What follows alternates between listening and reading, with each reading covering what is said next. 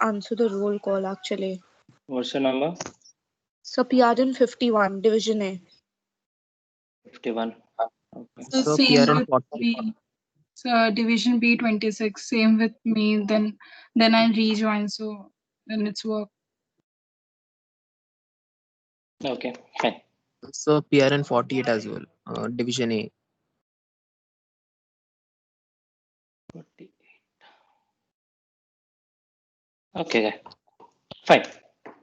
Let's move to the 26 Division teaching E. part now. Guys, what is this? Are you kidding me? Seriously, we have wasted 15 minutes just in attendance.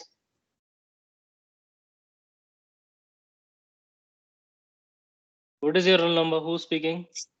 Deepa Kumari, Division B 26. Yes, you're marked present. I know that. Anyone else? Sir, 104, sir.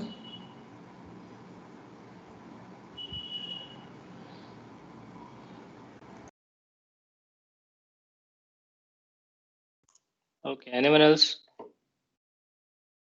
Fine, no more attendance now.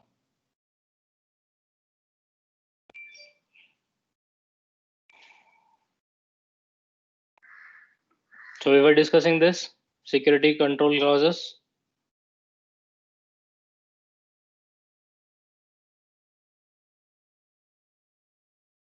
Or have you already discussed this?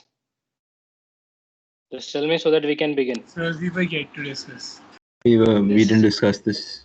No. Okay. Okay.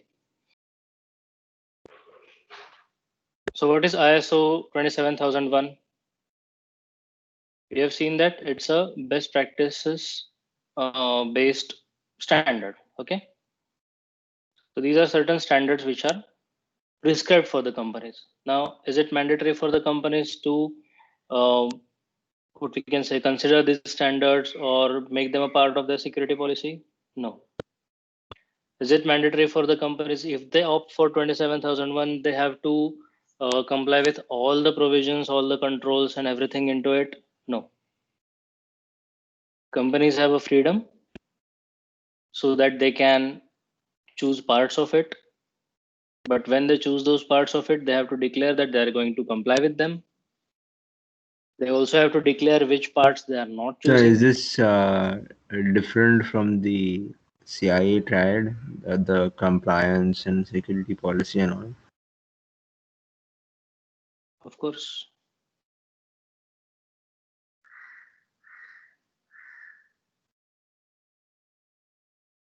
Now you tell me, is it difference and how is it difference?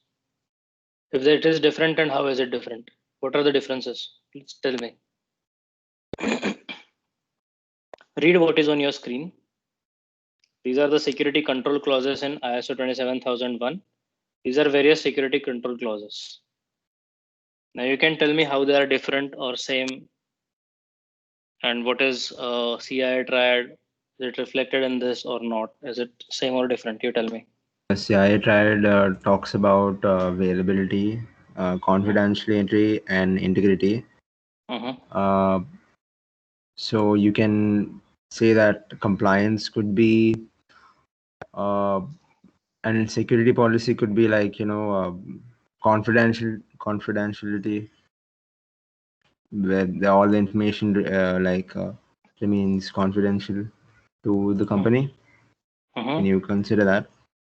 Yes. There's similarity. Okay, that's a similarity. Yes, you are right. You're going in the right direction, but you're not yet there. Yeah. So there could be differences. I mean, there's far more things in detail which is being like physical and environmental security that would come. I'm not sure, but could come in integrity or something. What is integrity? No, I actually am not. I think it's not so sure actually, but just define integrity. What is integrity? I think it's any deletion or modification on data or if you make changes to something, then if there's then data will be damaged and cannot be reversed. Like the data should be reversed if there at all there's some error. Mm-hmm. There should be a revert back process. I don't know Okay. if that's correct or not, but You're partially correct. Okay, guys. See, it's a good question that you asked me. This question is actually going to help you at a very core conceptual level to understand what are the similarities or differences or whatever it is. Okay. CIA triad, confidentiality, integrity, and accessibility, are the principles of any security. Okay. Whenever you say information is safe or information is secured, you have to ensure that all these three aspects or all these three parameters are met. Okay. It can be any sort of information. It can be in electronic form, it can be in physical form, or it can be in any other form because of, let's say, technological evolution or whatever. Now, when we say confidential, it means the information is not accessible to unauthorized people. When we say availability, it means the information is accessible to the authorized people. And when we say integrity, it means the information is undisturbed, meaning it is unaltered. There are no unauthorized modifications or deletions or changes in the information. Okay. Now, we want to ensure that our information follows the entire CIA triad so that it is best secured. How do we do that? To do that, we have to ensure that there are certain policies in place. There are certain standards that are met. There are certain access controls.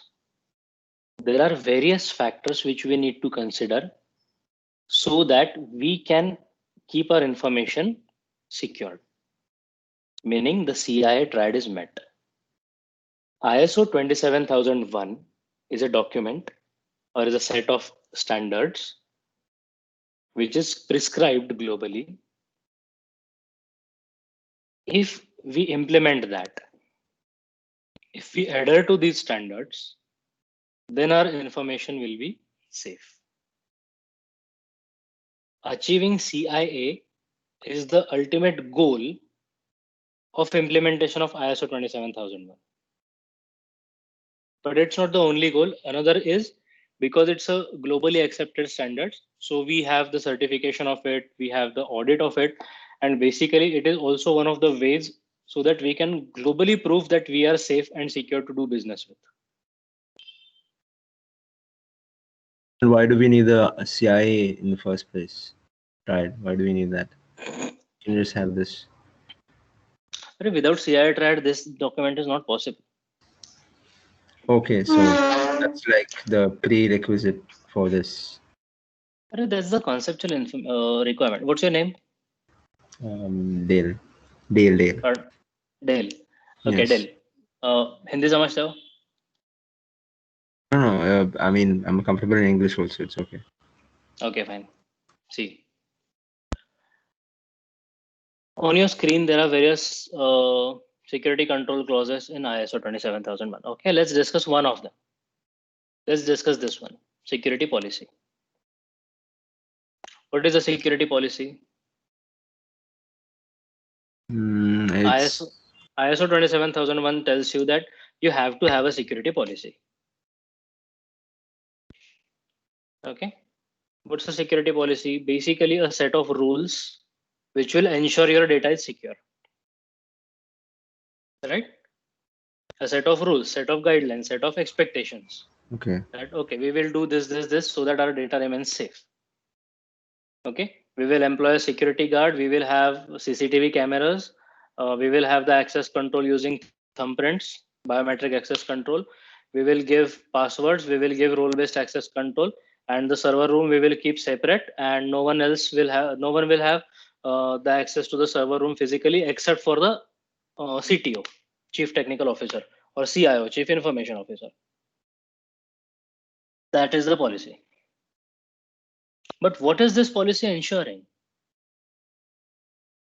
You are not giving your server rooms access to anyone apart from the one authorized person who is a CIO, meaning you are giving it to confidentiality.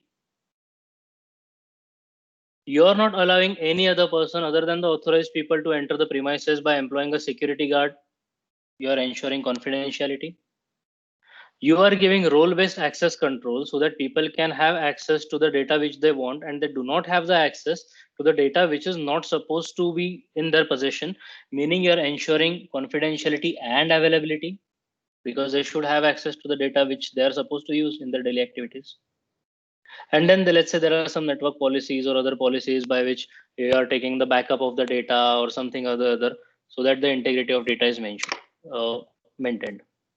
So when you are designing a policy, you are ensuring that policy is considering all the three aspects of security.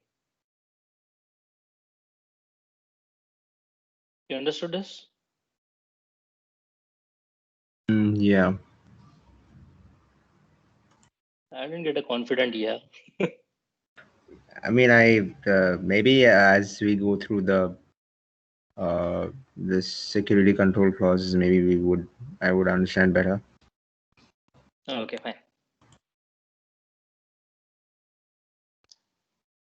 See, all this ISO, all this ISMS, all these security consultants, everything is to ensure the CI is met. CIA is the basic of information security. Unless we have achieved CIA, information is not secure. And these are different methods or prescribed standards to achieve the CIA. Okay. Yes, sir.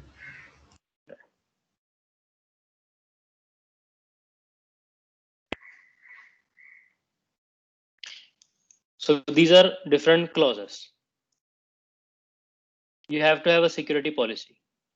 You have to have organization of information security. What is organization of information security?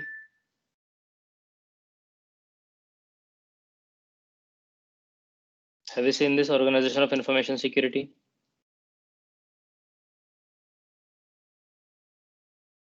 We have. Okay. Asset management. What are the different information assets?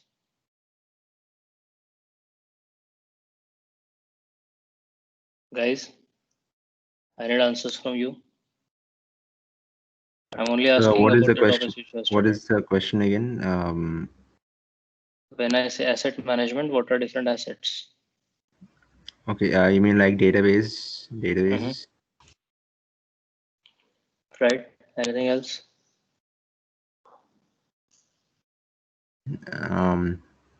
Networking servers, anything else? Your hardware, software, everything is an asset. Your information is an asset. Your IP, intellectual property is an asset. Information, which is very important asset. Exactly. Human resources security.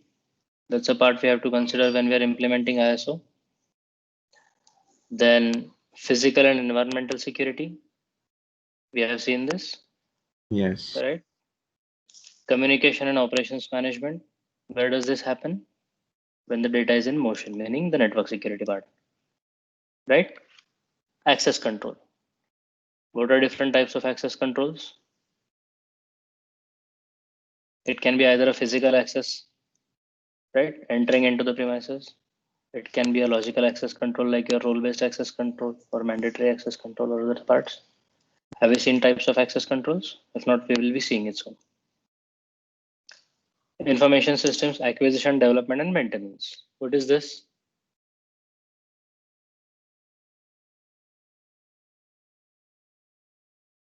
And why it is important part of ISO 27001? Like Maintenance is in the software. Yes. Not just maintenance, but also the acquisition and development internally or externally. The patching, when ransomware, like, struck many computers, you required patches for that. That can come under maintenance. That is one part of it. See, usually as an organization, when you're working on, let's say, in your day-to-day operations, there are a lot of softwares which you'll be using. Okay, though, let's say, even if you're an IT company, even if you're a software development company, still, let's say, if you are in a particular segment, let's say, if you are in IoT or in robotics, okay, you are not going to design your HRMS software, which is used by your HR department, human resource management wala.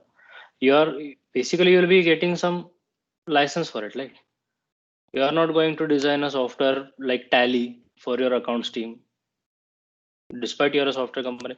So basically, you will be using in any company, you will be using a lot of softwares, lot of other data management or information systems, which are developed by third parties.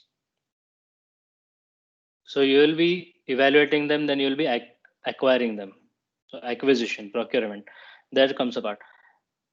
So that is where you have to ensure that the systems which you are acquiring are completely safe. There are no loopholes into it. If there are any loopholes, or if there are any bugs, or if there are any gaps into it, which can cause harm to your information, then the liability is on the vendor. Basically to maximize your security. So right from acquisition, if you want to develop them internally, then let's say if you're using any open source platforms for the development, then you will be using OWASP recommendations or some other security features, parameters, so that your systems are safe.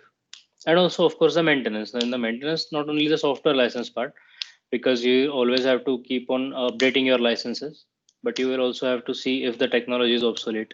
Maintenance also comes with the hardware part, where you have to replace the hardware before they actually wear out and let's say cause some network damage or something or the other, right? So regular maintenance of the hardware is also a part of this. Then there is information security incident management. What is an incident management? What is a security incident? Can anyone give me an example? There's some breach. Natural incidents or man-made disasters, something like that. Yes, that is one of the examples. Anything else?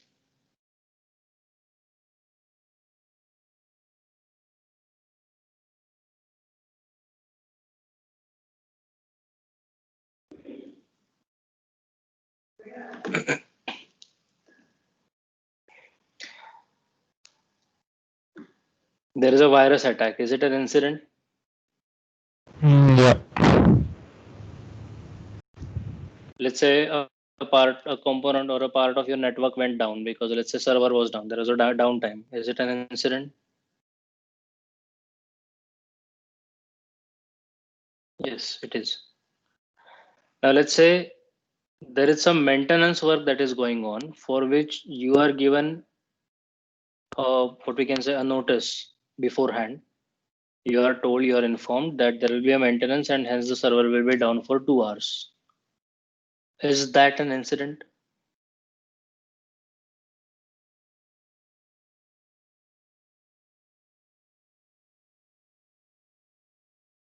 Shall I repeat the question, guys? Yes, sir. Yes, sir.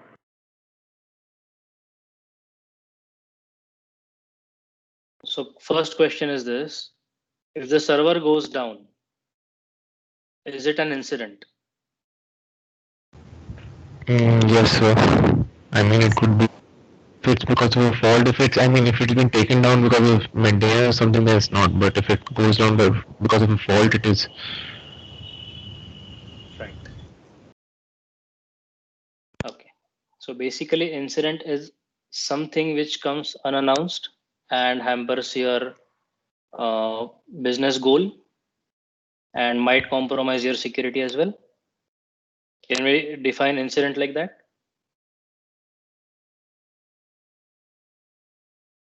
So information security incident is basically any incident which can come unannounced and which can hamper your information security. So you need to consider that as well while you're implementing ISO 27001. Then there is a business continuity management. Okay. There is one more term which usually goes with these two. These two usually go hand in hand. Okay. Always remember this. Though there is a significant difference, which we will see soon, these usually go hand in hand. So there is incident management, there is disaster recovery, and there is business continuity. These are three important terms. Okay, guys, you will always keep listening to them when in your professional life. What is incident management? What is disaster recovery? And what is business continuity? Incident management is when an incident occurs. Okay. Now, incident is usually like server down, or maybe a virus attack, or maybe someone has hacked into your system. Maybe there is some, let's say, human error which has occurred, so that some data was deleted or modified or something like that. These are the incidents. There are various different techniques and tactics so that you can recover from them. You can manage those incidents. When we say manage, basically we will reduce the number of incidents with proper training, proper care, proper installation of the system, right? And if something occurs, we have a plan so that we can mitigate that. Second part is a disaster recovery. Disaster recovery comes under incident management, but disaster is the scale of that particular incident is huge. Okay. Like if there are a few people who are having cough, it's an incident. If the entire town is affected with COVID, like a pandemic, it's a disaster. On a very bottom line, this is the difference. Now, disasters are usually natural calamities, which can affect the entire business, not just the information security. Okay, so there has to be a disaster recovery plan as well. Incident management is a small or it affects a small portion of your operations. Disaster can affect a large portion or the entire of your operations. Then comes the business continuity. Okay, what do you understand by business continuity? Can anyone tell me just by the name? What is business continuity?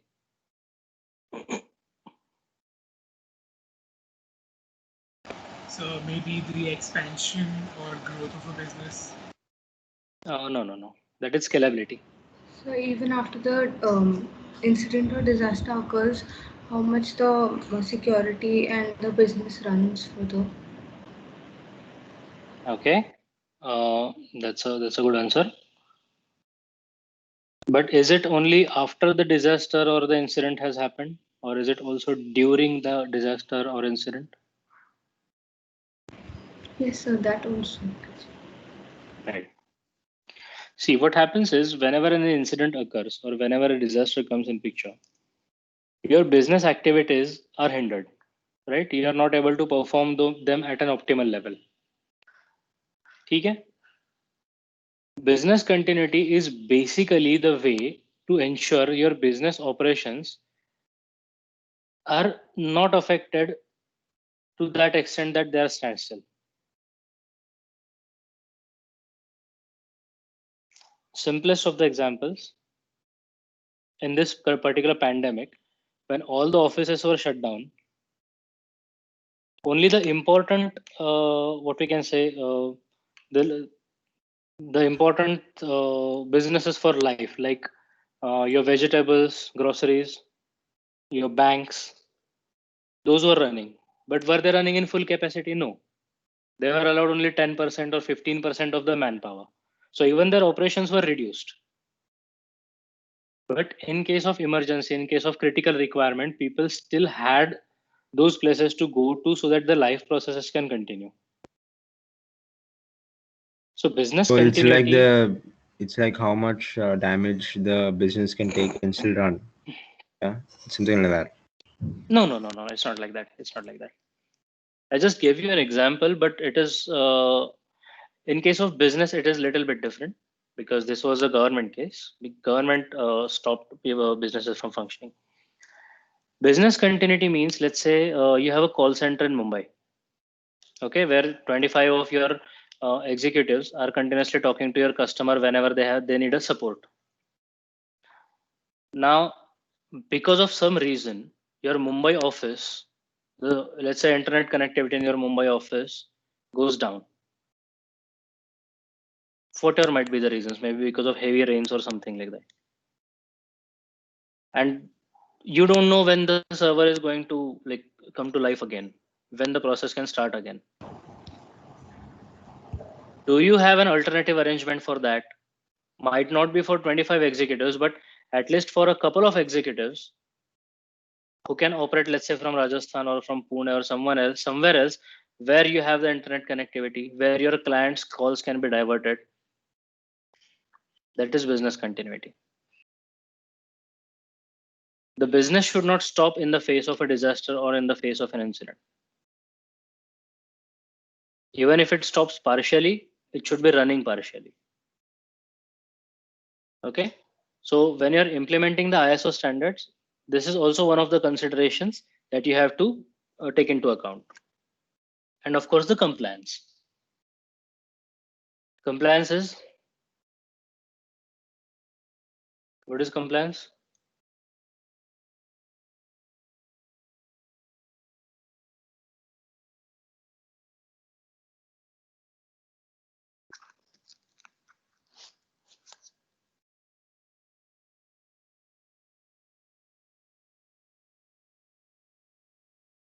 Okay, guys, what is compliance? Tell me quickly. I think this would be the part where the laws come in, whether the businesses are following the laws or not. There is a lot of noise. I'm not able to get your voice clearly. So I'll type in the chat. Okay. Is it something with the employees working? It's like they have certain Following rules and constraints. regulations. Constraints is okay. Following the rules and regulations set by the company and sometimes the government also. Okay, yes. That is right. So here the compliance will be the company and the businesses or the ISOs. Businesses. Okay. So is there something like GDPR compliance rules or something? Yeah, GDPR is one of the regulations. So that okay. GDPR is one of the regulations. Okay, see guys. So in compliance, there are two types. One of them is internal compliance, which is defined by the company's top management, meaning the policies. Okay, policies are company's rule book. Second part is the legal compliance. Now, the laws are defined by the country, right? There is a law of land, and you have to follow that. So when you are actually designing your internal policies, your internal policies should not be in conflict with the law of the land. To give you an example, simply, let's say there is the law of the land says no child labor is allowed in the company, and they define child labor as anyone under the age of 14. Now, if your company mandates a policy that anyone above, let's say 12 years is allowed to work in the company, then it is in conflict with the law. Is that right? So basically, when you're designing your internal policies, even for information security or any sort of that, then it should be in compliance with the law of the land. So let's say if law of the land dictates you that you have to maintain your financial records for at least period of 7 years before you can delete them. And if you define a policy that every 4 years all the data will be scrapped and something new will be added into it, you cannot scrap your data every 4 years because the law dictates to keep it maintained for 7 years. That is compliance. Okay, guys? Are you talking about the amount of profits you make on the products you sell? All sorts of financial informations. Even if there is a share transfer, even if some director sells its share, if some director buys new shares, any sort of financial transactions. And not just for you, even like if you are an NBFC or if you are into a BFSI sector, like banking and financial segment company, if you are giving some loans, if you are receiving the EMI from your customers, if some people have paid the EMI, some people have not paid the EMI, if some people have defaulted on it, so you actually had to confiscate their property or their uh, vehicle or something like that under the SARFAESI Act. And after you have actually taken over that particular piece of land or maybe the vehicle, you have auctioned it, how much money you have obtained from the auction. If there is a surplus, is it returned to the owner? If there is a shortfall, then have you recovered it from the owner or have you waived it off? Are there any guarantors? Have the guarantors paid for the what we can say, the person who has taken the loan? All sorts of information, every transaction, every detail of it, you have to maintain for 7 years.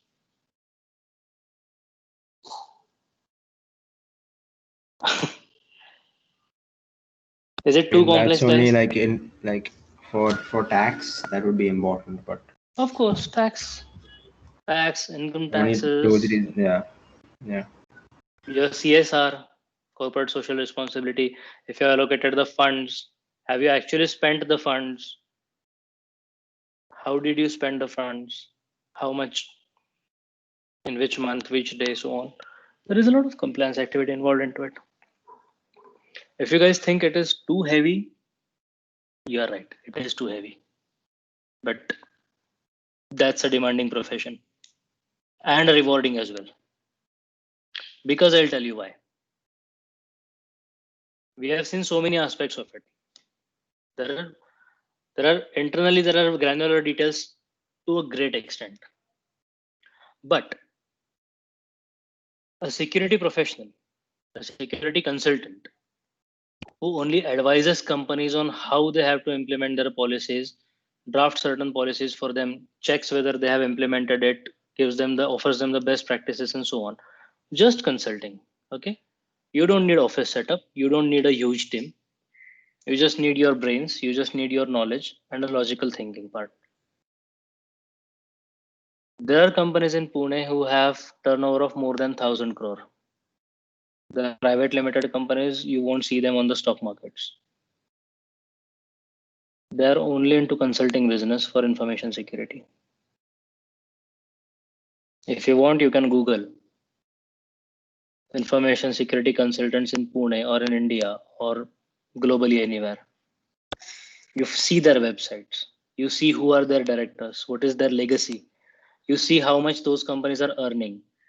If you can get hands on their annual report or something which they have submitted to the ROC, Registrar of Companies, or maybe some website like Bloomberg or something, you find what are their turnovers. You will understand how rewarding this particular career is. Okay, let's move to the next part. Security management.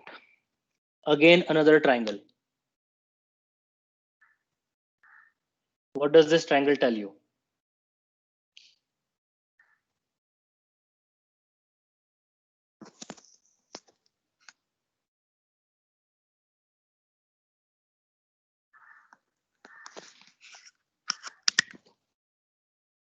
It tells you how you should organize your security policies, like because security policy is the first, and then you go down after that. Yes.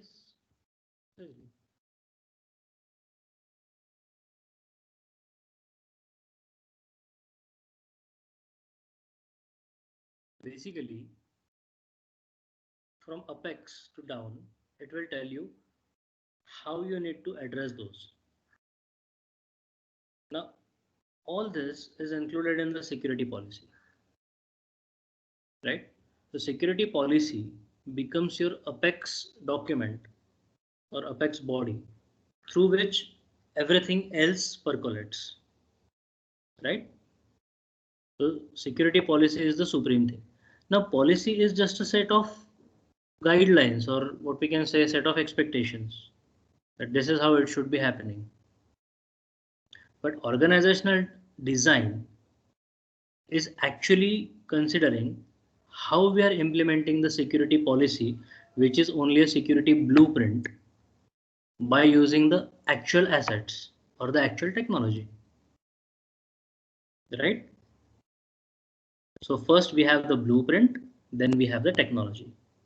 Now once we have the technology, we are going through the implementation part. Then there will be asset classification and control, because now we have the technology. So we have to have hardware assets, we have to have software assets and other assets as well. So there will be definitely a classification and control over them, and there will be an access control as to who is going to access which information or which asset, whose responsibility is that. Then there is compliance. Whatever we are doing, is it legal or not? Once we have checked that, we go to the next part. It's a personal security and awareness education, meaning training your people so that they are more effective, they are more aware. Physical and environmental security, meaning your perimeter security, so that there is no vandalism, there is no unauthorized people coming into your premises and causing trouble.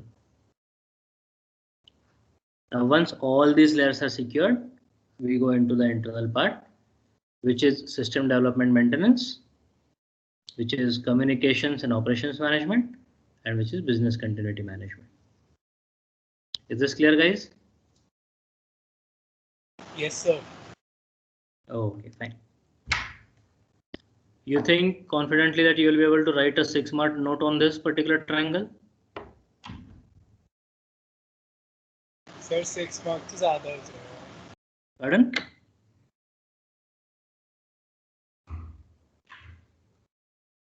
Six marks बहुत ज्यादा हो रहा है, 2 marks के लिए दे दूं? Yes, sir. Okay, 2 marks के लिए इसके ऊपर नोट लिख पाओगे? No, sir, that's too less. It's not justified. Oh my god. Okay, so how many marks are sir justified? 5 marks, ना इधर का ना उधर का, बीच में रखते. 4 marks. 6 और 5 में फर्क कितना रह गया यार? 3-4. अरे भाई 2 कम है, 6 ज्यादा है. 6 भी पता नहीं तो 5 ही रख देते, सारे असाइनमेंट वैसे ही तो आ रहे. We are a democratic country.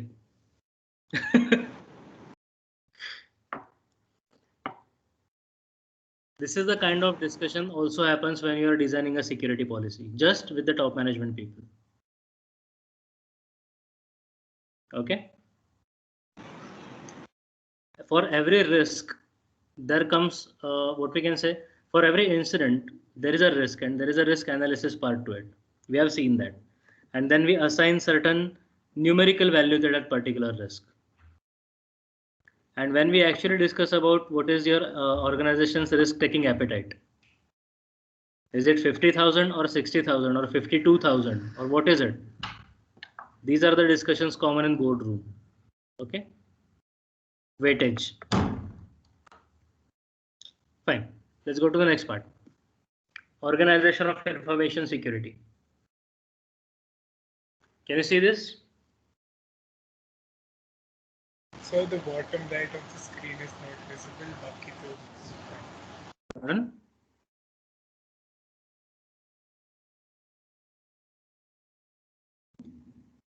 Sir, the bottom right of the screen is not completely visible. Yeah. Is it?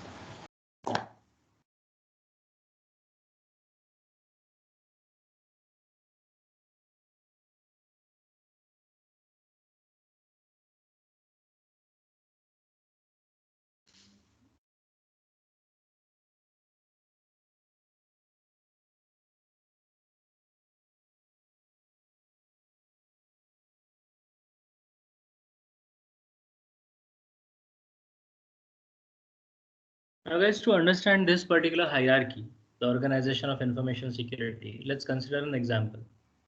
Okay, let's consider an example of a large organization which has multiple local offices and a central office. Okay, now, like you know, the organization is run by the top management. Sometimes it is called board members, sometimes it is called executive committee. Okay, which is usually chaired by the chief executive officer because it is executive committee. Now, under this particular executive committee, there are 3 different smaller committees which are formed, okay, which play critical role in information security. Now, one of them is the audit committee. Audit committee's entire role is not about information security. Audit committee is about whole lot of different things. Auditing the information security is just a small part of its role. Okay. Other is a risk committee or risk management committee. Again, information security analysis is a part of its role, not the entire role. They're basically there to analyze the business risks. IT risks happen to be a part of business risk. But the core committee, which is going to implement your information security, is the security committee here, which is chaired by the chief security officer. Or the chief. A company is going to take do this and have certain people allocated to this task. Like yes, these are Yeah. formal designations, and large company will have all these designations. In fact, there is a compliance that they should have this particular designations. It is also an internal policy compliance that these designations shall be fulfilled way before the person who has resigned leaves the office. If you are a CIO, Chief Information Officer of a bank, and if you resign, then unless they have found a replacement for you and they are trained under you at least for a couple of months, you cannot vacate the office. That is how these companies roll. That is how they take those policies seriously. Because a bank without information officer is a disaster. Okay. So this chief information officer basically has multiple people who are reporting into it. Okay, at various levels. Now, because he is a CSO, definitely he will be sitting in the head office of the company, and he is responsible for organization-wide policies. Right? So there are certain policies which are organization-wide or the enterprise level policies, and certain policies which can be at times defined locally for operation of that particular office, which are very less, which are very restricted. They are very stringently observed, and they have to have the approval from the head office. But they are present. Okay. So what happens is there is an information security manager and there are local security committees. Now, when I say security committees and not local security manager is because if you have to design any policy, it cannot be one person's job. There has to be multiple stakeholders involved into it so that there are no gaps or no loopholes that are remaining in the system. Also, involvement of multiple stakeholders ensures that the policy is seamlessly implemented throughout. Okay, guys. So Yes, sir. this information security manager is basically responsible for your organization-wide policies or your global policies. And these local security committees are responsible for 2 things. One is implementation of the global policies, and secondly, recommending the local policies if at all required. Okay.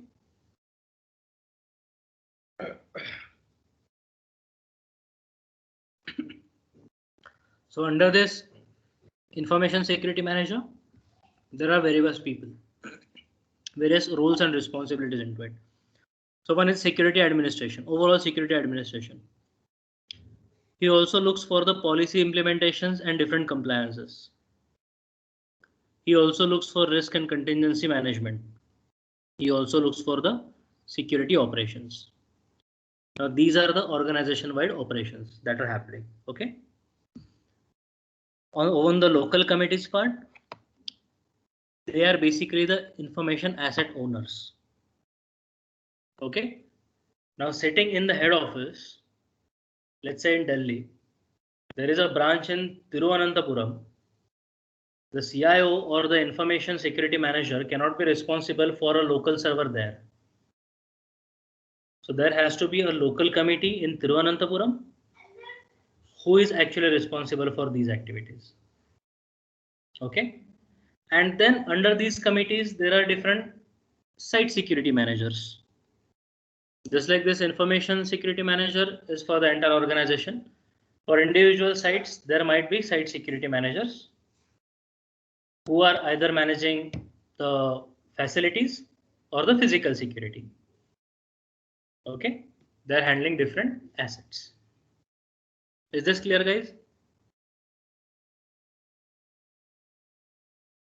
Any question on this? So this is the hierarchical structure for your information security. As you can see from here, there are people involved into this. There are policies and processes involved into it, and there are technologies involved into it. Now, as you can see, the arrows go both way, everywhere in this particular diagram. Can you see this? So an arrow comes from people to policies and policies to people. So people will define policies, and policies will in turn define what type of people you want to employ. People will define technology, which technology they want to use for the organizational goal. And technology will also define further which type of people you want to hire. Similarly, technologies will define the policies and policies will define the technologies which you are using. And all this connected together forms the information security for an organization. Okay, guys? Yes, sir. Now, how is it different from CIA?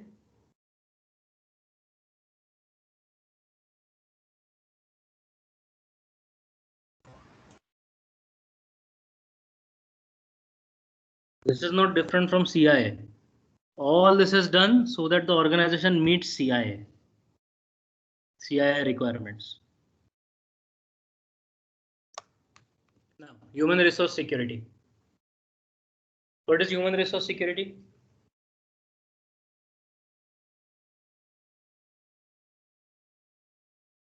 People should be safe. Working information should be safe.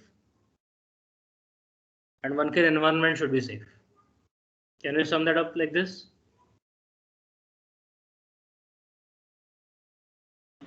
So can you repeat this? What is human resource security? People should be safe in the organization. The information on which they are working should be safe.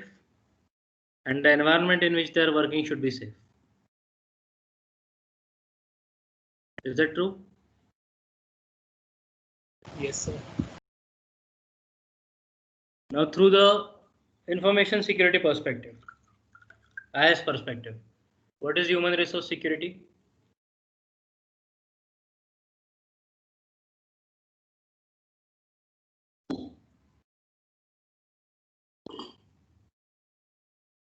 The information which the people or your human resources are using, or the information assets which they are using, should be safe. Okay. So what are different aspects of human resource which we can consider in ISMS? There are hiring practices. Okay. Okay. Before we go there, let's go to this particular part. Pre-employment, during employment, and post-employment. Now, with your own thought process, what would you guys recommend as a security policy, pre-employment, during employment, and post-employment? Quickly.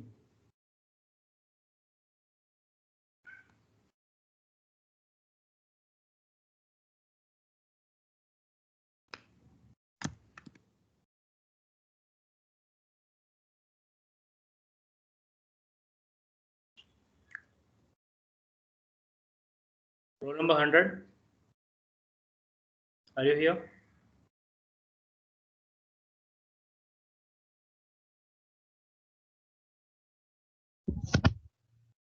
So, Yes. in this attendance sheet, PRN 55 too, I have also sent you a chat and screenshot of my screen why I wasn't able to log in. So 5. 55, so Now that you are here, answer this question.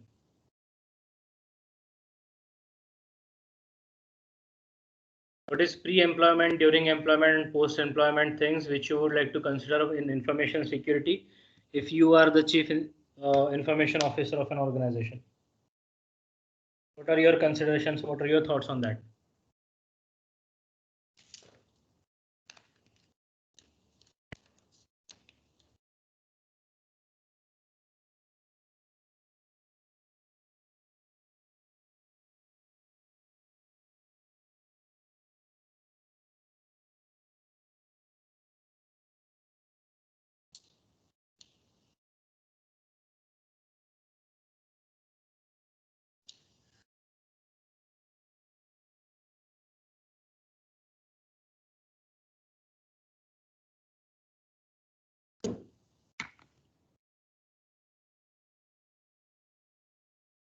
Silence is not taking you anywhere.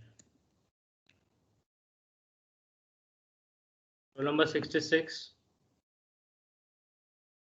Yes, sir. Tell me. Sir, I'm not sure about pre-employment, but during employment, they should comply with the security policies that have been put forth by the company. And post-employment, for example, if someone is fired for whatever reason, they shouldn't, give away sensitive information to a competitor company, something like that.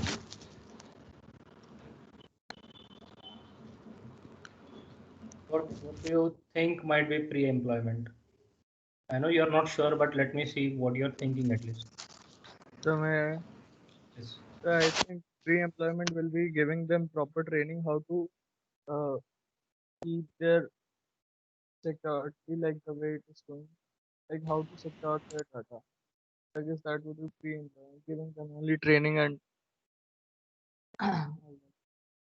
Training is not pre-employment. If a company tells you that come join us, we will train you for a month and then we will see if you are employable or not. Will you go and join that training?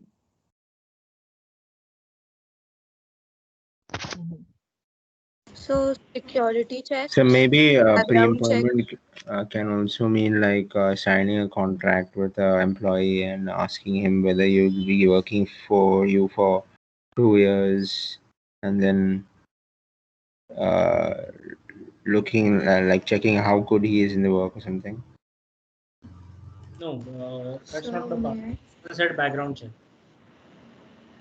But yes, about the security screening before offering the person job.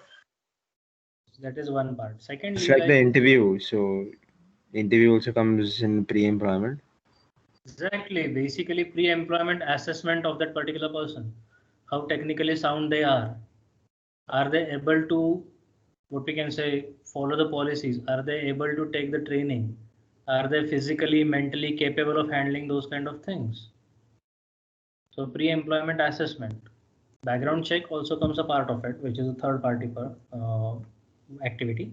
But yes, you guys know that pre-employment, during employment, and post-employment, there has to be certain activities to ensure you hire right type of people, you employ them in a proper manner, you give them proper training, and post-employment, you sign a proper paperwork with them and revoke their accesses from the information and revoke their accesses from the premises and so on, so that your information is safe. Okay. Now this usually forms a part of HR policy, but has it come from the HR policy? No, it has come from the information security policy. Okay. Now, as you can see, there are different. Excuse me, sir. Yes, tell me.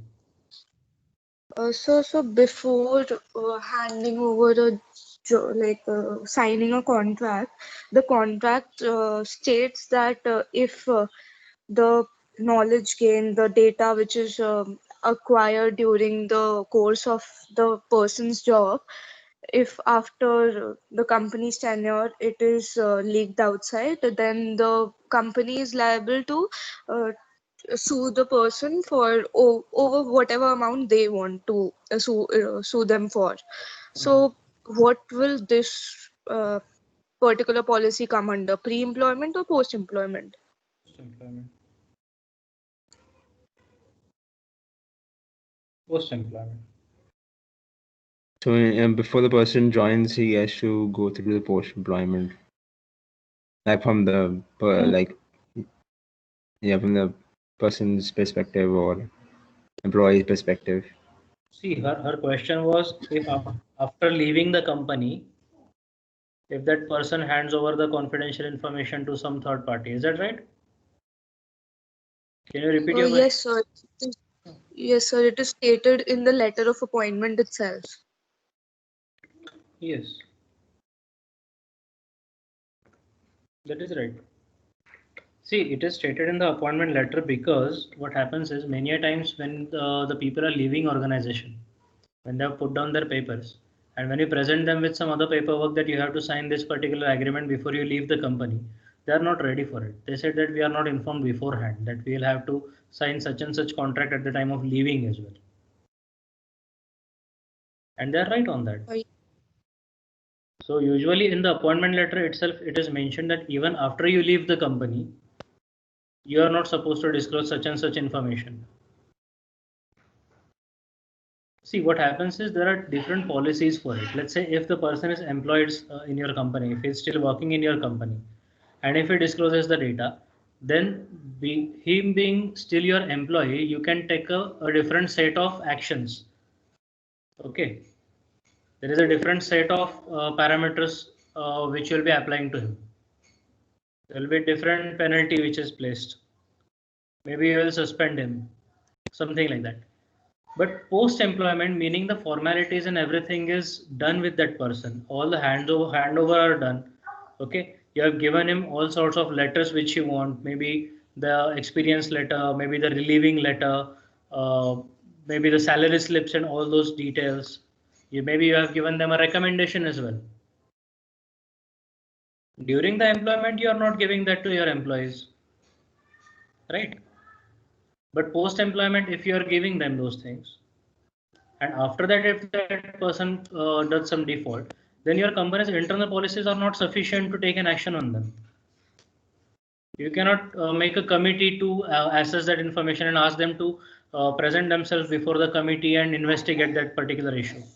You have to take help from the law, take help from the police. But during the employment, if something like that happens, then you can actually form a committee. You can send them a notice to present themselves before the committee. They can actually plead, they can say that this was intentional or not. Maybe there was some argument that will happen and it will be proved whether it was intentional or not. And accordingly, you will take a disciplinary action. So during the employment, your company's policies are going to apply on your employees. So you have the freedom and maybe the binding of handling those particular issues in that particular manner which your policies dictate. Post employment, your policies are no longer good for that person. Even if you send them a notice that you have to be present in front of the audit committee, he'll be like, who are you to send me a notice? You are not government, I'm not going to listen to you. So you have to send them a notice via lawyer, ask them to present themselves in the court and so on. Okay? Okay, so thank you. These are business issues. Fine. Let's get to the next part. Asset management. Now please read through this slide carefully.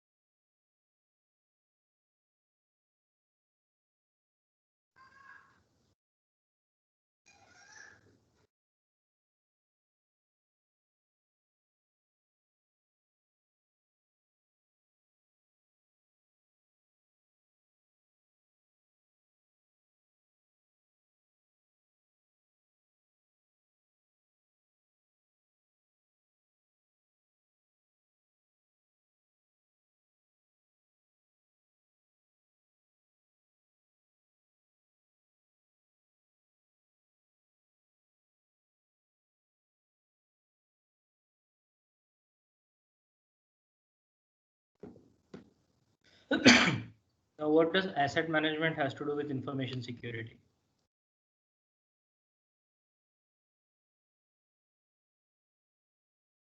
Can someone explain quickly?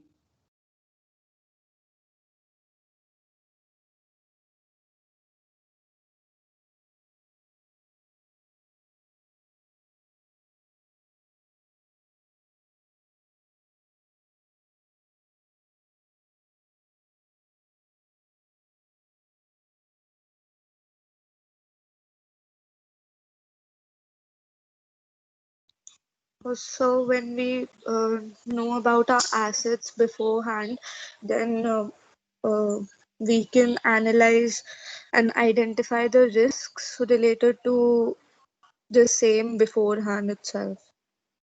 Okay, so basically you are aware of what might be the dangers coming your way. Anything else? So according to that, we can organize our assets and be prepared with the the possible solutions to the risks which can be there, the incidents which can take place. So asset management can also talk about like let's say your employee, the amount of employees working in the company are more, so you need a better networking solution to give any data or circulate data within the company. That can be an asset management, so to upgrade network facilities and all.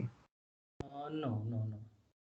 What you are talking about, the network facilities and everything, that comes as a part of your business requirements. So when you Okay. consider your business requirements and translate them into your IT requirements and further match them with the available technology, which are the first three phases of your SEC SDLC cycle. Okay. That So is where that's different. asset management is entirely different. See, asset management is basically understanding your assets well. Okay.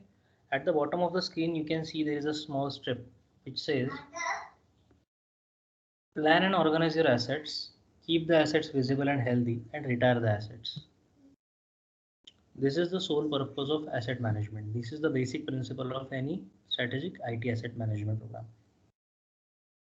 Okay. Either you can do it manually. There are also various softwares for your IT asset management. Okay. When you talk about an asset, may it be a software asset or a hardware asset, let's not go into the information asset, because information asset can be generated internally from the organization as well. Okay, but we can also consider that. There are various processes which we do with the asset. What is the first process that we do? First, we will evaluate the asset, right? Let's say if I want to have a software for HRMS, human resource management, which my HR team will be using for the payroll calculation, for the leave management, for the attendance record, for the biometric attendance, so on, for जो भी है उसमें. Okay. I will evaluate at least 3-4 different systems. Which one is better for me? I will look into its security aspects, whether the system is getting deployed on my server, or is it on cloud, or is it on the vendor server. What are the security levels? What are different security layers which are applicable to it on hardware and software level and so on. So basically you will do the assessment. After the assessment, you will actually do the procurement. You will purchase that asset. After purchase, you will implement that asset. Okay. Now, once you have implemented, you will keep on continuously monitoring it. Monitoring it for what? For the optimal performance. Right? Now, let's say there is a biometric system, access control system, which is also being used for access control and the attendance part of your company. And let's say there are different offices. Let's say there are 25 offices, and in 25 offices there are 75 doors. So automatically, one inside and one outside of the door, in 75 doors you will need 150 biometric readers, right? And to govern those 150 biometric readers, there is a central software somewhere located in your server. Now, if all these 150 biometric readers are working perfectly, hardware part, but the software license is expired, is it of any use? No. Out of 150, let's say 1 or 2 of the biometric readers, they have run out of their life, or maybe there is some hardware issue with them. So that particular door is not operating fully. Is it a better asset management? No. You will need to replace them. If the warranty of that particular thing is for 5 years, if it is already being used for 5 years, or let's say 4 years and 8 months or 10 months, do we actually have to plan beforehand to replace this particular reader because it can fail at any time the warranty is going to get expired? Yes.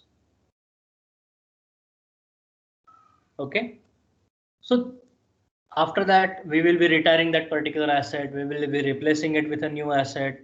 There will be a new matrix which is created. We will be tracking that new asset and so on. So why this becomes a part of our information security? Because simple, the example which we took for a biometric reader, biometric access control. If one of them fails and the door is not locked, if it is open, then basically it's an open access for any intruder, which is against our IT information security policy. Because our information security policy tells us that we should not allow any unauthorized person to enter the premises. Right? So basically, always remember, all your information policies, all your procedures are implemented through technology. And technology is always implemented through IT assets. So the better control you have over your IT assets, the better you are implementing at your information security. If you do not have that control, your information security is bound to fail at one instance or the other, maybe at multiple instances. Okay. So the first goal of IT asset management, information asset management, is to plan and organize your assets. What is planning? We know our policies, we know the technology that we are going to use. We know our premises. We have the audit done. Okay. So we have to plan which assets we want to procure, which assets we want to procure, how much quantity we have to procure, how much budget we have to allocate for the same. Once we have procured, we also have to plan the implementation of them. Right? We have to get them on the network. We have to keep them safe. We have to assess individual CIA is met for individual asset, and then the system as a whole. Right? After that, what we have to do, organize the assets. What is organization of assets?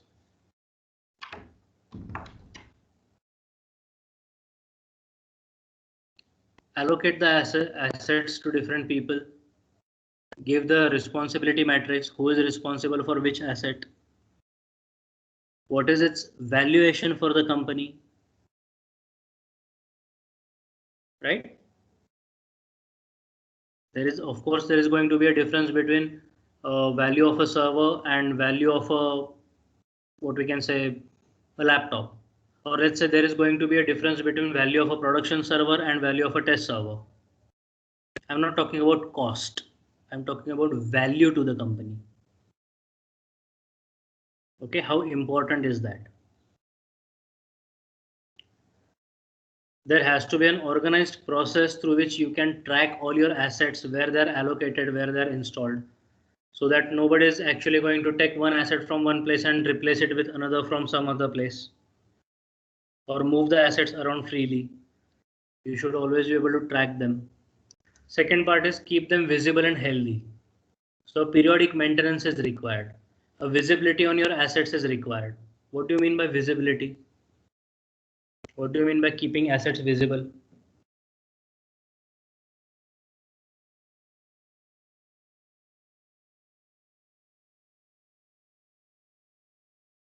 Visible means you should be able to track them at any point of time. Where that asset is located, who's the responsible person, and who's handling that asset. And retire the assets. We already discussed that. So we can retire them, we can dispose them off. Dispose them off in a proper channel through a proper way. Okay.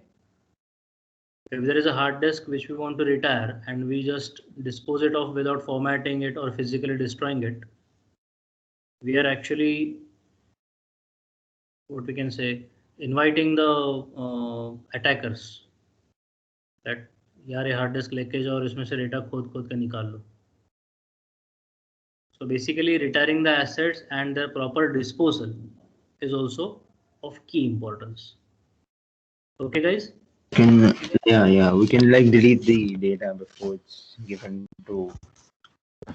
We can always make sure we delete the data. Yeah. Yes, that is right. Okay. Types of access control policies. What is access control?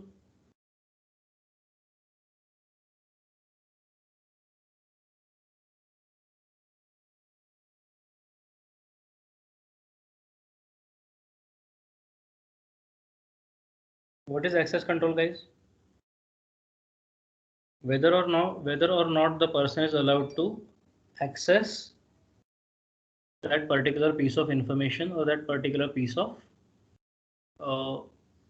state, you can say. In our case, usually it's the information. Why would people need access to information? So that they can use it in their day-to-day activities. Okay. Now, access control is the way through which we balance the security and availability. Do you remember we have always discussed about a balanced information system, right? There is always a balance, and the balance is always between the confidentiality and availability. So the data should not be available for unauthorized user, but it should be available for the authorized users. This is ensured through access control policies. So there are 3 types of access control policies. Just read through them. If you have any questions, let me know.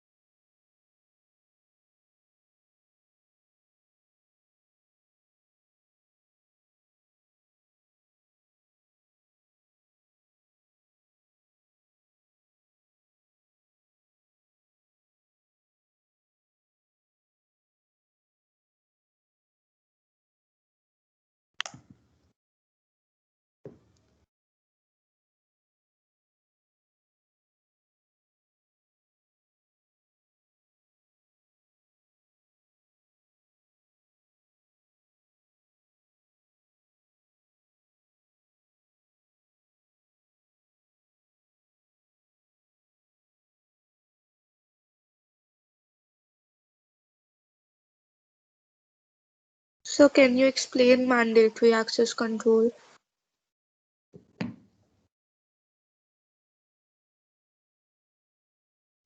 Mandatory access control is basically when you're implementing some new resource in your organization. Let's say a new software maybe. Okay.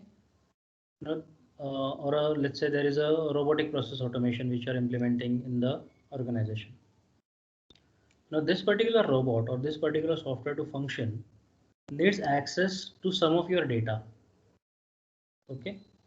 Which is its minimal requirement. Unless we have given that software access to that particular data, which is collected by, let's say, a different set of software or different set of people, this particular software is not able to function. So it is mandatory for this particular software to gain access of that data. That's why we have to give it the access. That's a mandatory access.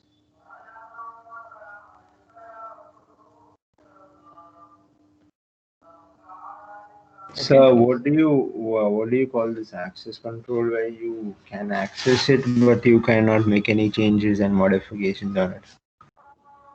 What will you classify? So read only access. Okay, so does that come under role-based access control? Pardon? That comes under? Because I thought like that would be the same as the role-based access control based on your role. That will be under role-based access. Okay. Actually, read-only access is a type of access for the data. Okay. It is not type of access control policy. So those are different. See, type of access is either you can read it, write it, or delete it. There are three types of operations which you can perform on the particular data. So either you can read it, okay. I would say write and edit are just the same thing, and you can delete it. These are the three operations. Access control policy will define what type of functions you can perform on this particular information. Now, if you are giving a read-only access, it can be a discretionary access as well as a role-based access, depending on how you are implementing. Understand the difference. Discretionary access is given to one particular requester based on the identity of the requester. The role-based access is against the role rather than the individual requester. Okay, let me give you an example. Let's say there is a book in my bookshelf. You come to me telling me, sir, I am from SICSR and can I borrow your book? I give you the book. That's a discretionary access control. I understood your identity. I gave you the access. Now, there is a book in my shelf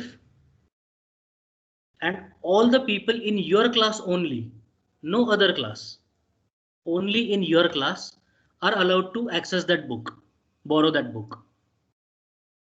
Is a role-based access. I'm not saying what is the identity of the request. It's catering to a huge classroom. Yes. If it's an e-book, you can say download. Forget about bookshelf. It's an e-book stored on my server. And you need the download access. So, okay. Yes, tell me. Won't discretionary come under role-based? It sounds like that I can't make out the difference yet. Okay. So discretionary is the identity of the requester. Let's say you are working in a company at a managerial position. Now, in different branches of the company, in different offices of the company, there might be 50 other managers at your decision. Okay, Mike, please. There might be 50 different managers in your same capacity. Now, if the information's access is given to all the 50 managers as a policy, because their job is it, it's a role-based access. But out of those 50, if you request certain access and only if you are granted that access by your seniors, then it's a discretionary access. You get the difference? Yes, sir. Okay. Not yet? So, but sir, then it can be put in the roles only. Na? Like if you have to ask your seniors for some information, then if this person belongs to this particular, say, department or whatever, that person should be given the access. So I still think it is role based. Arey, no. See, let me clarify that for you.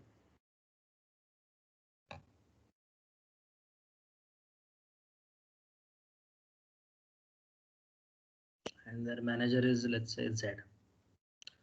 Z is the manager. Okay. And these 5 are your employees. Now here is a piece of information.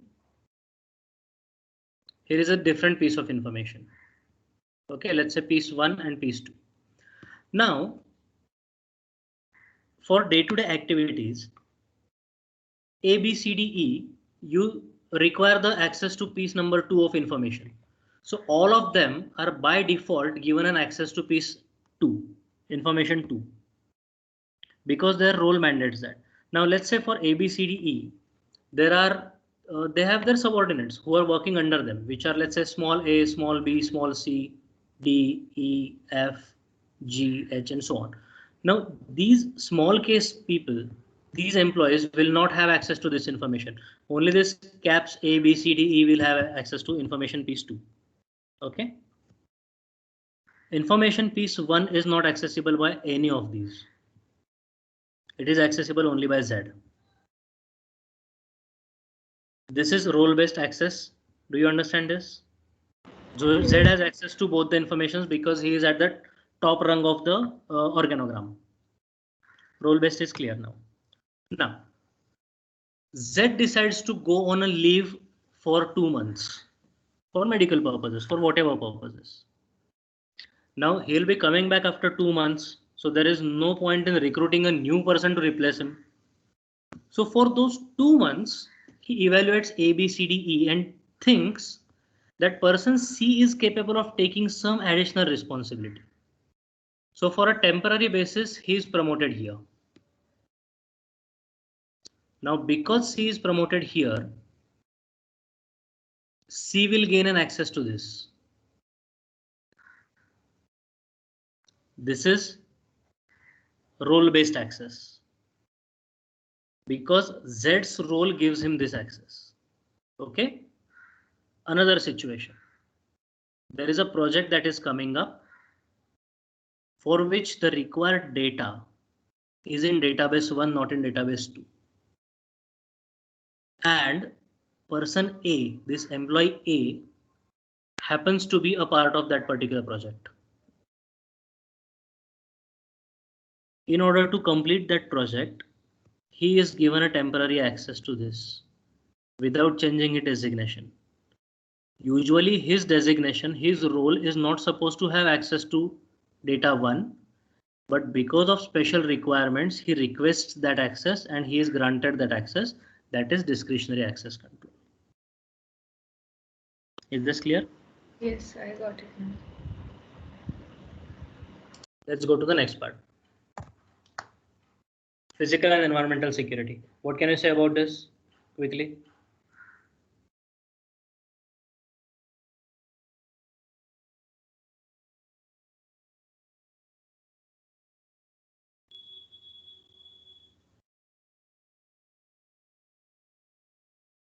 चलो फटाफट बताओ. Physical security perimeter. Perimeter security क्या है? What are different methods to ensure perimeter security? Assigning a guard. Okay. Next. Security cameras. Next.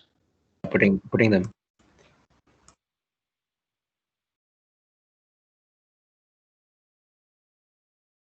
Anything else?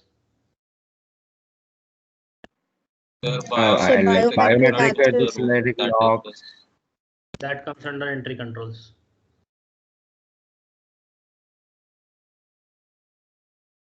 Intruder alarms come under perimeter security. Anything else? Passkeys for certain network access, passwords and all. Boss, we are talking about physical security. You are going into network keys and all. That's virtual world. Come to physical world. ID cards.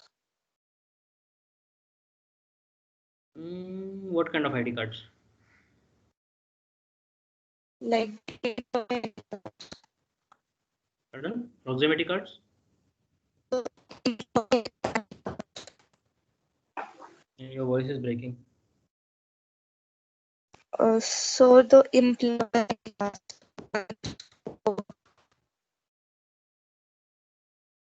I'm sorry, your voice is breaking. If you are talking about the ID cards which are flashed to the security guard, those are still under the entry controls. And if you're talking about the proximity cards, like Mayfair cards, then they're still under the physical entry controls. Security guard is one thing, intruder alarms is another thing.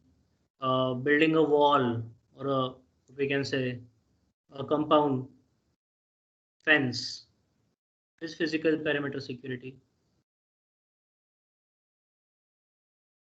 having a well-lit perimeter with lighting, proper lighting, is a part of physical perimeter security, so that you can actually see if someone is coming, and if someone is coming, it's a human or maybe it's an animal or whatever it is. Then there are physical entry controls. So there are entry controls for human beings like doors, entry controls for vehicles like boom barriers, right? Now, what is securing offices, rooms, and facilities?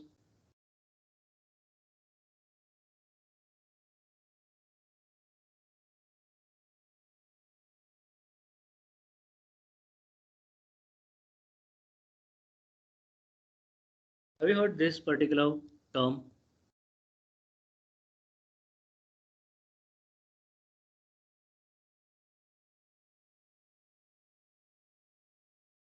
Have you heard this? No? Have you heard this term? Have you heard this?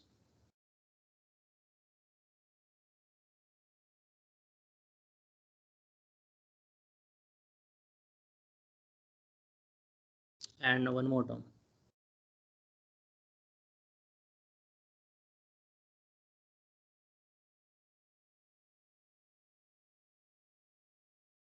Have you heard these three terms ever? Panic room heard, other two not heard. What's a panic room?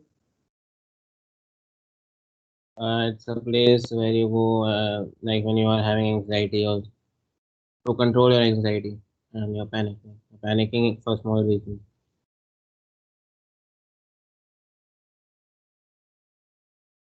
Is that a panic room? So a room which has all the access of all the security, um, cameras and controls of a company, No, that's called which a is no. That's called a console.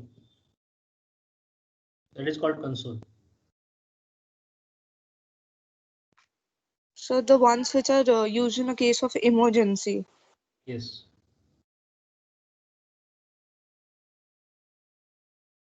Let's say this is not a common practice in India, but if there is an intruder in your place or something like that, then usually there is a safe room in the basement where, let's say, kids or the family members can actually go and hide for a long period of time, so that at least their lives are safe. That is called a panic room. Strong room is usually is in the banks where all your cash is stashed. A bank usually has a lot of cash with them, right? So in the strong rooms, they stash that cash particularly. Safe haven is kind of office only. It's the office premises. We don't see that in India because we don't need it. But in countries where there is very volatile political scenario, like Syria or South Sudan, or in some African countries, where armed robberies are very common. And armed robberies, I don't mean to say armed robberies with Gauti Katta or something like that. Armed robberies with AK-47 or maybe hand grenades, where there are warlords and so on. Still, some NGOs, some agencies which are emerging from UN, United Nations, those work there. Now, in order to ensure safety and security of their people, they create offices which are termed as safe haven. So even the window glasses are bulletproof. If there is any threat, with one press of a key, the entire office is locked down. It becomes almost a bunker, and the people inside it can actually survive for days without any what we can say external help inside it. They have enough food, they have enough electricity. Even the air ventilation control is in such a manner that no poisonous gas or anything else can enter the office through that. Okay. So in extreme conditions, there is a very less chance that any of you might get to work on such in such an environment, or maybe on such a system. But if you get a chance, then these are very specific, very specialized kind of premises security or physical security, where people's life is at stake, and anything which is under delivery is life threatening. It also comes under a part of physical and environmental security. Just remember this. I don't think anyone is going to ask you this exam, but if something like this, if you know this, you can always discuss this type of things in your interviews and so on. Okay.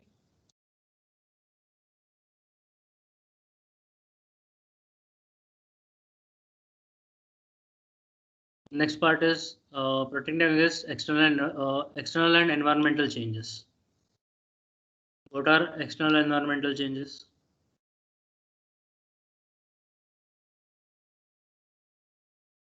Come on, guys, we know them. Speak up.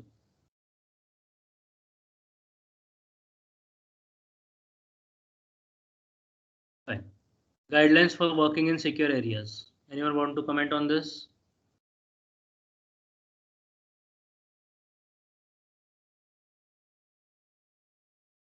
Can you give me an example of a guideline for working in secure area?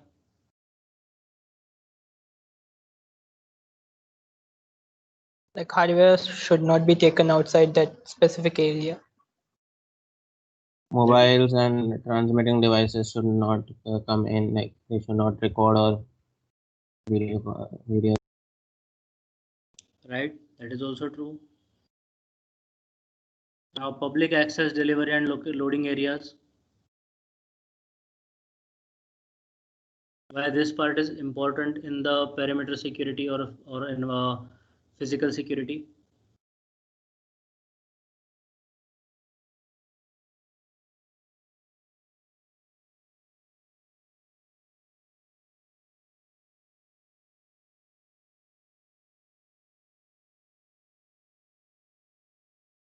Because due to this protocols, we can like reduce the probability of security breach.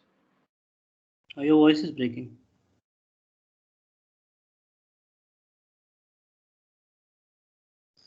Okay, simple thing. In any office, there are certain areas which are external to office, and there are certain areas which are completely internal to the office. But then there are certain areas like Bay Areas where public access is possible, where the delivery and loading through third-party people would enter. They will deliver certain materials or maybe take some materials out. So there is an ongoing traffic of the external people who are not employed by the organization or who are not trusted by the organization. When I say trusted, I mean authorized. Okay. So in an office, just like there are safe haven areas and the areas external to the office, there are certain areas where there is a public access, delivery and loading areas, where a minimal authorization or minimal access control is implemented for ease of operations.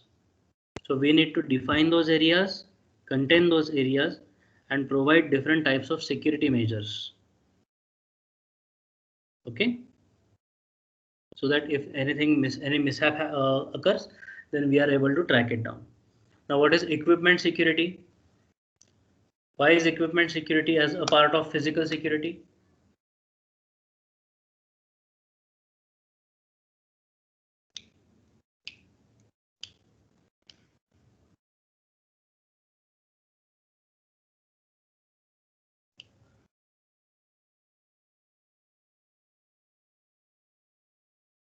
So when you are using different equipment, where they are placed in the organization, they should be placed in a safe manner, right?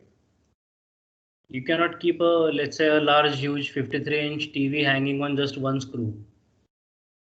There is a risk that it will fall down and break.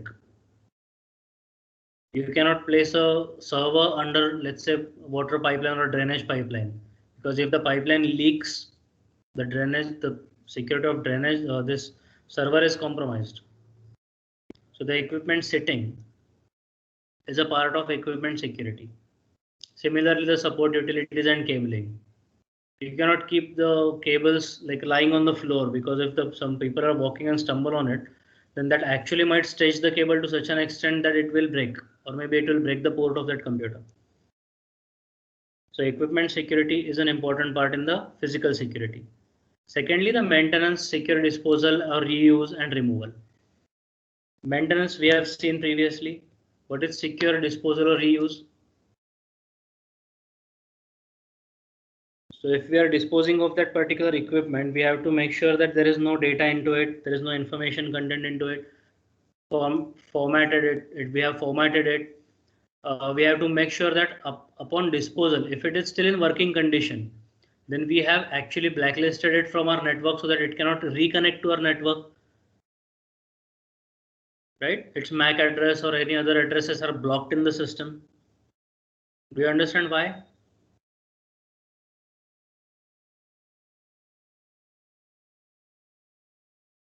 And then reuse of the device. Let's say one employee has left the organization, his laptop is with us. New employee joins us. If we just cannot give that laptop to the new employee as it is, we'll have to format it. We'll have to remove the data from it and then give it to the new user. And removal. Okay. Next slide. Risk. What is risk?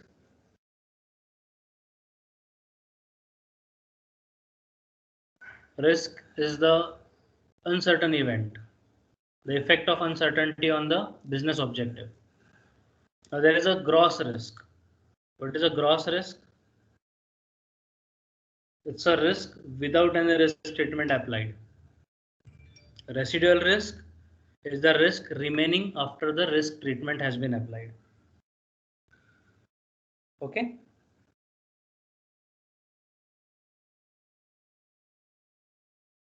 Any question on this?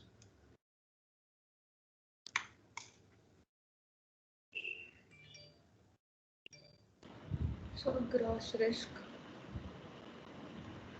Yes, tell me. So, without any treatment applied, as in, I mean, if there is something, it has to be looked upon, right? I didn't get your question. So what? So I didn't understand gross risk. Can you explain that?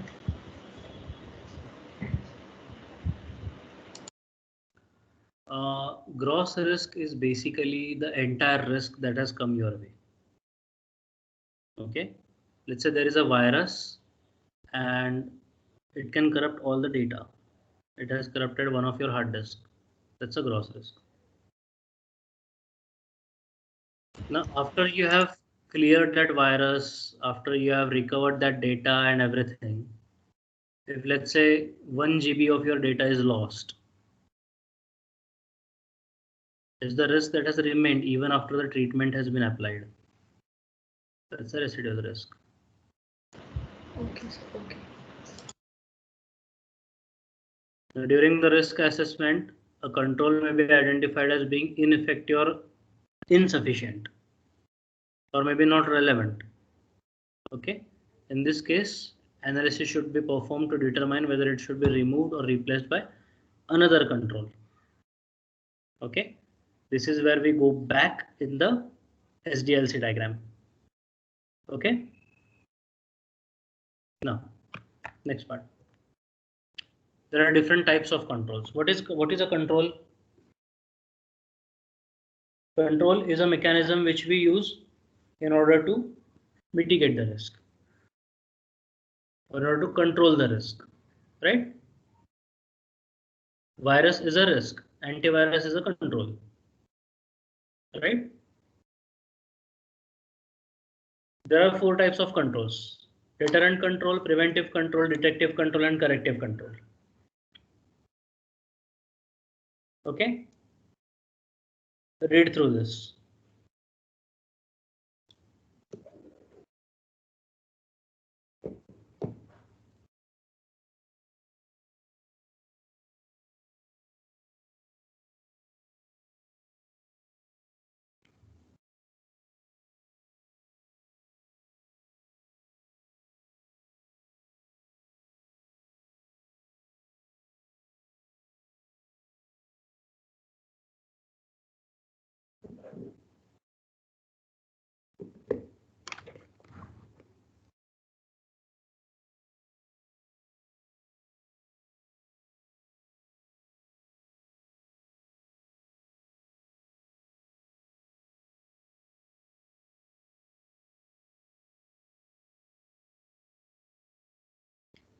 So deterrent controls are basically intended to discourage a potential attacker.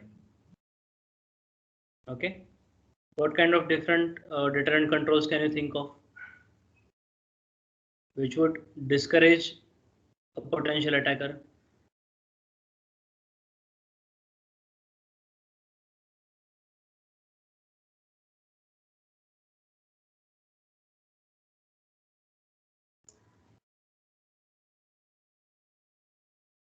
And there are preventive controls which will minimize the likelihood of an incident that is occurring. Okay. Like restricting the server room access or configuring appropriate rules on the firewall. For that matter, your role-based access control also comes under the preventive control or detective control.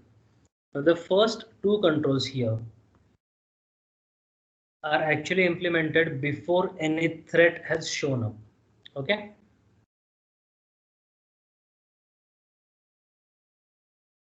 These are basically the controls which we take in order to minimize the risk so that the threat will not come our way. But if still the threat has occurred, if the incident has occurred, there is a detective control which will help us identify that the incident has occurred in first place. Then it will help us identify how much that incident is spread or that particular threat is spread. What is the gross risk involved into it? Okay. These are basically the alerts or indicators which will help you determine that the incident has occurred, what is the exact nature of that particular incident, and what is its spread. And corrective control. After the detective control has triggered that particular risk, and you have identified what the risk is, what its nature is, and what is its spread, basically you are going to apply the corrective control, meaning you are going to take care of that particular risk, remove that particular risk factor from your system, and go further for your business continuity and disaster recovery plans. Is this clear, guys? Any question on this?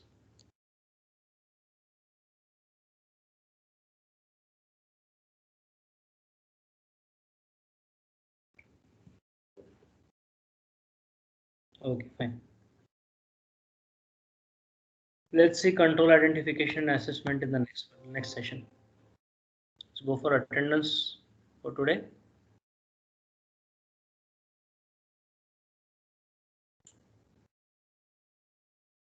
Roll number 1.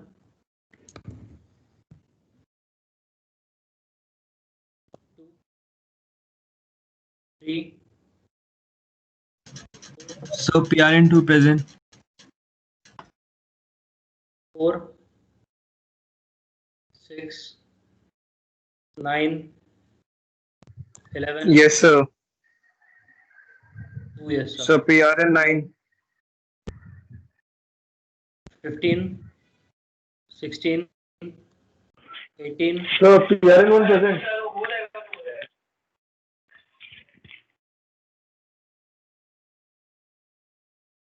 23. 28. Sir, 28 present. Sir PRN1 present.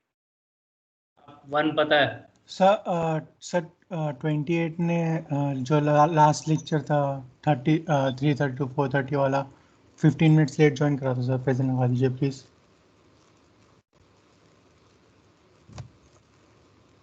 3:45 पे join किया था। 37. 38. 38 present. Sir 38 present. 40. 40 present. 41. Present, sir. 41 present.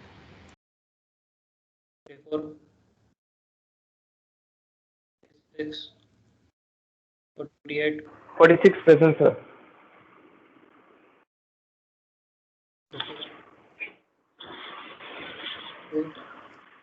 53. Sir, 52 present. So 51 53. also. 53 present, sir. So 52 as well. 54 also present. 56. 59. Present, sir. 60. 61. Present, sir.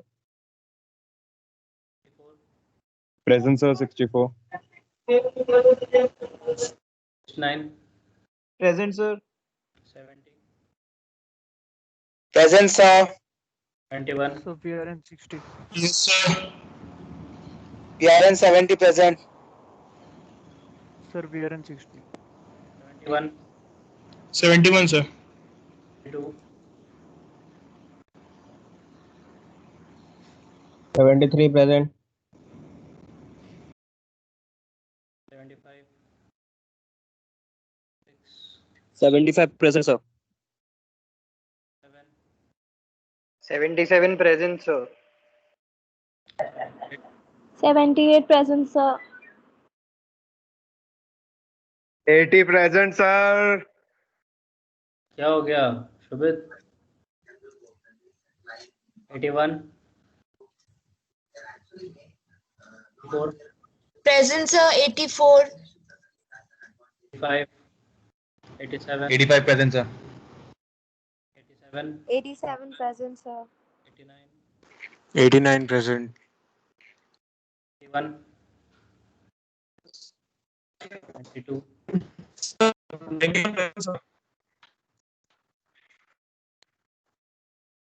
91 is present. 2. 95. 95 present, sir. 97. 98. 100. Present, sir. 104. 105. 103 present.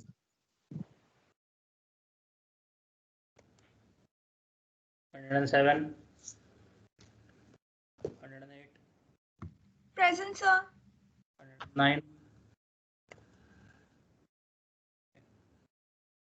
Roll number 5. Excuse me, sir. Sir, present. Sir, sir, division is PR in 6, sir. What are you doing for so long? Sir आपने बोला था ना sir and में बताना sir मैंने call miss कर दी थी sir. Lecture तो मिस नहीं किया ना? Roll number 6. Yes sir PR in 6. बताओ लास्ट टॉपिक क्या डिस्कस किया था हमने? Yes sir. सर मेरा नेटवर्क इशू हो रहा था सर, मैं मोबाइल डेटा से कनेक्ट हो रखा हूँ ना sir. What is the last topic that we discussed? Sir मेरा नेटवर्क इशू था सर, मैं उधर मेरा काम नहीं कर रहा था सर. अटेंडेंस के टाइम पे काम कर दिया नेटवर्क ने? सर नहीं ना सर, वो मिस कर दिया ना सर, अभी वहाँ पे फिर मैंने दोबारा कनेक्ट करा था. Fine. Roll number 7. 8. Present, sir. 7 present. 10. Present, sir. 10. 13. Sir, I don't think you did you call out my PRN? Which one? Yeah, that one. 107 for Division A. Call out, man. Okay. Okay. Yes. Roll number 13. Present, sir. 17. 17 present.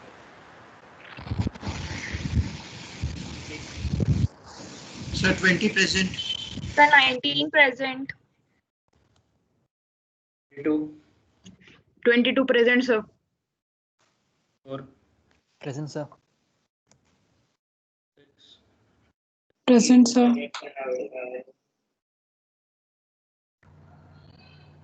Sir, 27 present. So 29. PR in 29, sir. Yeah, 31. 33, sir. 34.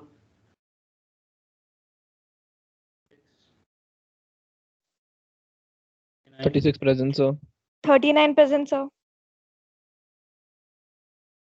43. 43 present, sir.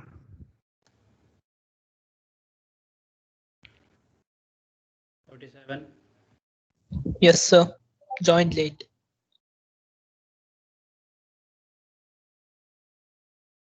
55. 55 Sir, present, 50 sir. present. Sir, 50 present. 57. 57 present, sir. 63. So 58 present. 63. Sir, 63. 66. Present, sir. 7. 8. Sir, 67 present. 79. 79 present, sir. 80. 82 present.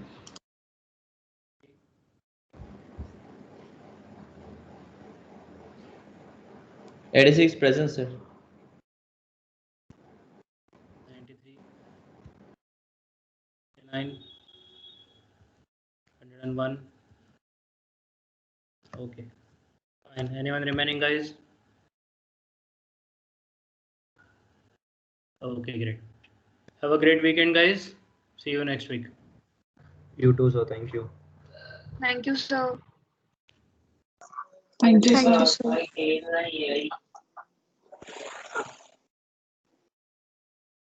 sir.